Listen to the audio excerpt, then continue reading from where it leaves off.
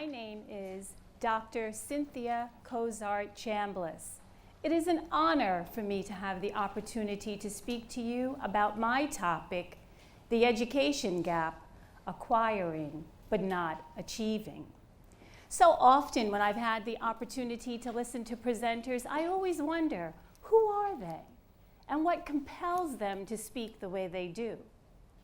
So to that end, I grew up in a suburban community replete with swimming pools, deers grazing about, business and professional people. My father, a retired educator, a community activist. My mother, a retired Head Start director, worked alongside him. It was not uncommon to see me and my siblings being schlepped about to various outreach programs where self-empowerment was always the key. We could be seen in Newark during the riots, hiding behind the cars, watching, up to Washington, D.C., walking through the mud and the tents, the Poor People's March, Resurrection City. We were even taped on Canadian television, though I never did see that footage. My experiences as a child was priceless. As an educator, I've had the good fortune to be an English teacher, to work on the secondary level. I've also worked as an assistant principal and an English district curriculum coordinator for a comprehensive school district, all in multicultural venues. I often think also about Oprah Winfrey's statement when she said that everyone has a calling. Finding yours is a gift.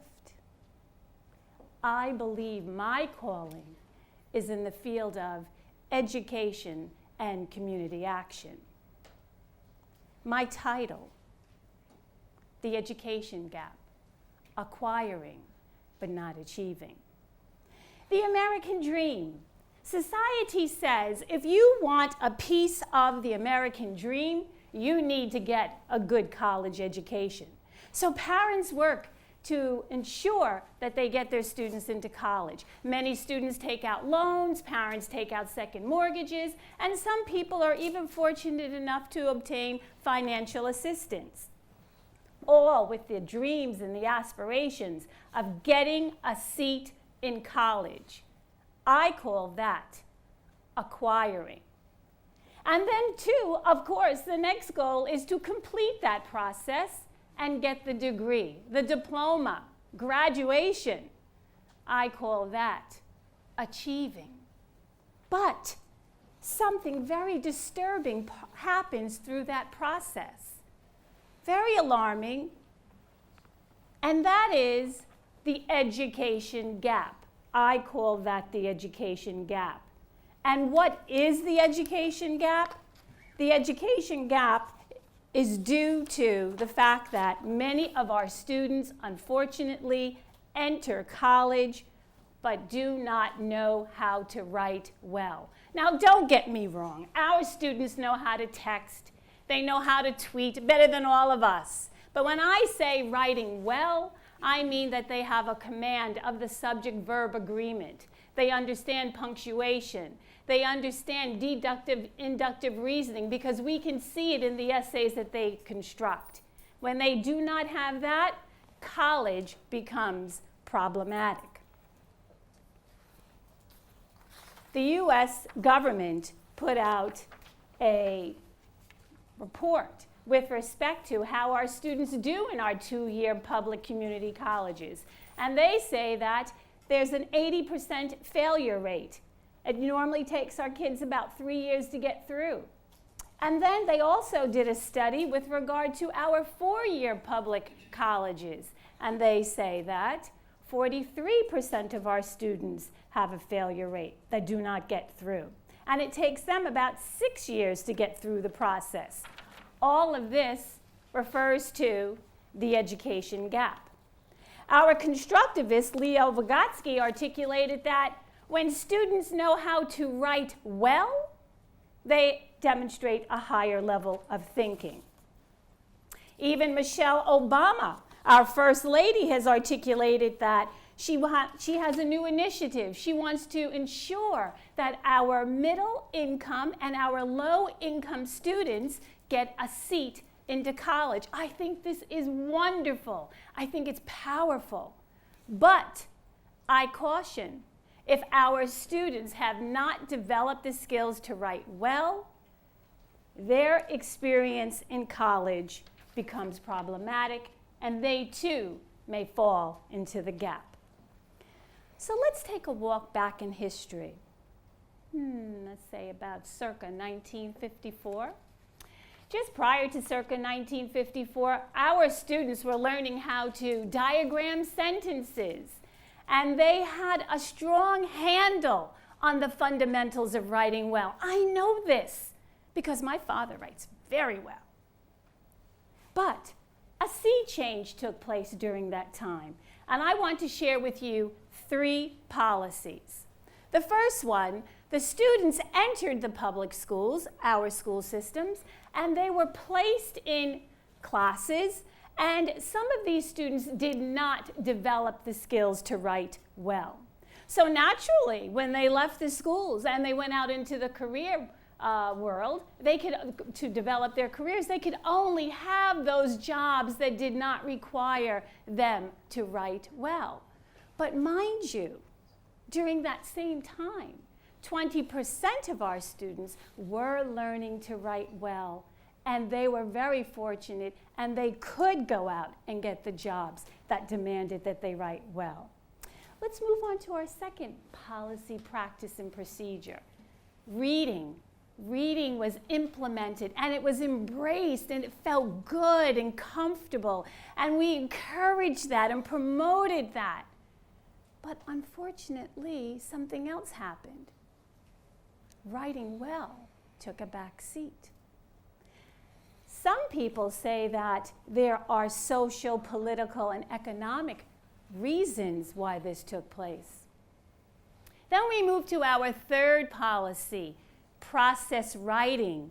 Now, process writing was wonderful because it allowed students to write in their own linguistics. And it was felt, you know what, let them write. And all of the writing well skills will follow. But once again, writing well took a back seat. All 3 of these policies have intergenerational implications. Now, we are cognizant of the fact that our 21st century learners learn differently than our 20th century students did. And we are also cognizant of the fact that Mark Prinsky has stated, today's students are no longer the people our educational system was designed to teach. So, how do we address this? Well, I suggest a fast track to close the gap. Let's piggyback on what our theorist John Dewey once articulated, the hands-on approach. There are 2 approaches to this solution. AES, an automated essay scoring program. 2 approaches to bridge that gap, to close the gap of acquiring but not achieving.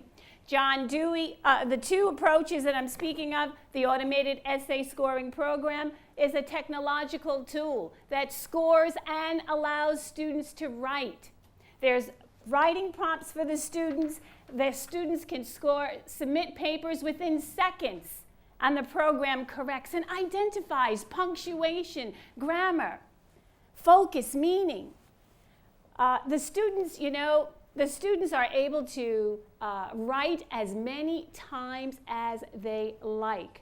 Most students will say, I will give my paper to my teacher, I wait for the paper to come back. Teachers are working feverishly to correct and score all these papers, but no human being can keep up with that volume. This is the second aspect of AES. Teachers are provided hard data with respect to writing skills. They then can develop their lessons based on that data. Mark Prinsky says this is problematic for schools. It's a wonderful tool. Why aren't schools using it? because students are digital natives. They have computers, they grew up with this technology, but people who came through the 20th century are digital immigrants. So, the second part of that is to develop a comprehensive syllabus to accompany the writing the AES program. And the districts have to be careful, because if they do not buy into this and dedicate rooms, dedicate time, dedicate technology, just like anything else, it will not reach its desired goal. So, I leave with this note today. I'm taking a little snippet from Lupita's Oscar speech most recently, when she said, "No matter where you are from, your dreams are valid." Let's make our 21st century learners' dreams valid, and let's close that education gap. Thank you.